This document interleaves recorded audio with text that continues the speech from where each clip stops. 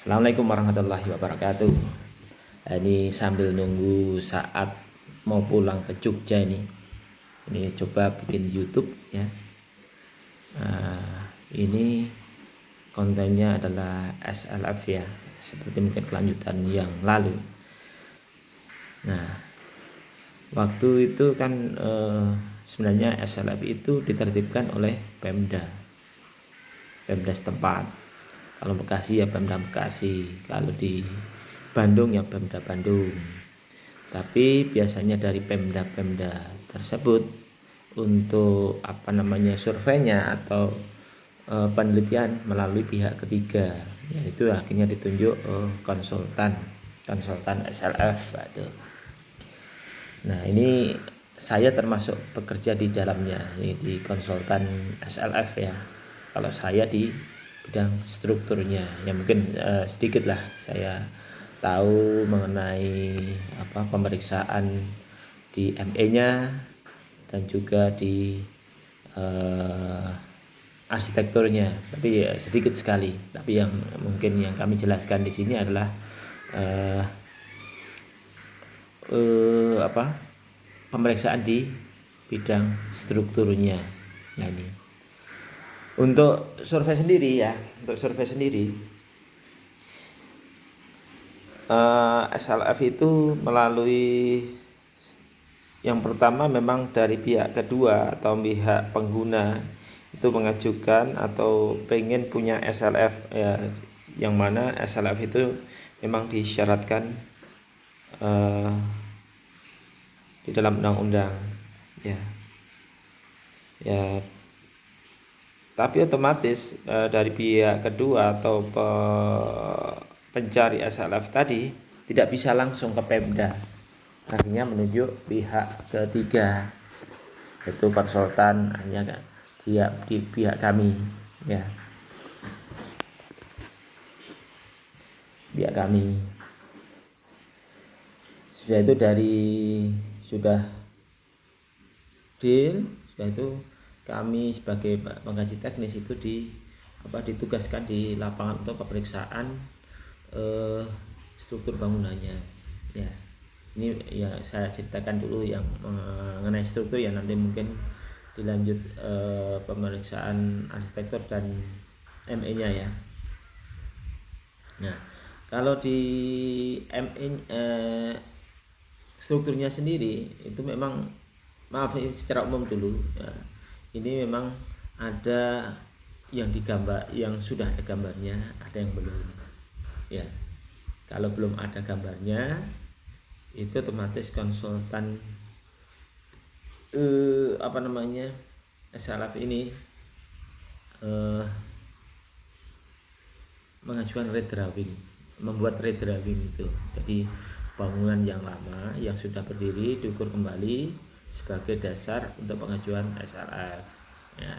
Makanya kadang-kadang ada survei yang lama, tapi ada juga itu dari pengguna atau pemakai SLF nanti itu sudah komplit dokumen. Jadi kita periksa bangunan yang ada memenuhi atau enggak ya. Itu secara umum dulu. Nah, ini secara khusus ya, secara khusus di strukturnya sendiri itu kami periksa itu yang pertama, kalau sudah ada gambarnya, apakah gambar itu sendiri sudah sama di lapangan atau belum. Makanya kami cek ya, ukur ketinggian bangunannya berapa, dimensi kolom-kolomnya berapa, dimensi baloknya berapa. Kalau itu sesuai, berarti sudah betul sesuai gambar atau sesuai dengan INB yang diajukan. Di INB biasanya didasari atau dilapis dengan gambar-gambar perencanaan dan perhitungan bangunan itu sendiri. Pemeriksaan dimensi itu juga meliputi banyak, dari pemeriksaan platnya berapa, pemeriksaan baloknya dimensinya berapa, pemeriksaan kolomnya dimensinya berapa dan juga ketinggiannya, dan juga kalau ada itu dimensi struktur atapnya itu memakai apa, terus itu apa kuda-kudanya memakai apa, besi baja atau apa, atau smatras atau apa namanya kuda-kuda baja ringan, apakah sesuai dengan gambar apa enggak. Tuh. Yaitu pemeriksaan terhadap dimensi secara keseluruhan, panjang lebar bangunannya berapa, apakah sudah sesuai atau belum dengan yang digambar ya. Terus pemeriksaan juga kalau itu konstruksi baja, apakah baut-bautnya komplit, apakah apa namanya sambungannya itu rapat, itu kita periksa ya. Pemeriksaan itu juga di apa namanya kita harus membawa kamera untuk mendokumentasikan yang kita periksa ya. Itu dari segi visual lah, itu visual apakah bangunan itu terjadi reformasi atau lanjutan, itu akan ketahuan secara visual. Terus connecting antara kolom dengan dinding bata, apakah terjadi retak atau enggak, kita periksa juga. Terus sambungan antara kolom dengan lantai itu kan biasa, kalau apa namanya strukturnya berat dan tidak bisa menahan, pasti di sekitar kolom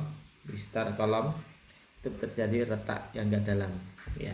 Itu secara visual aja dulu ya.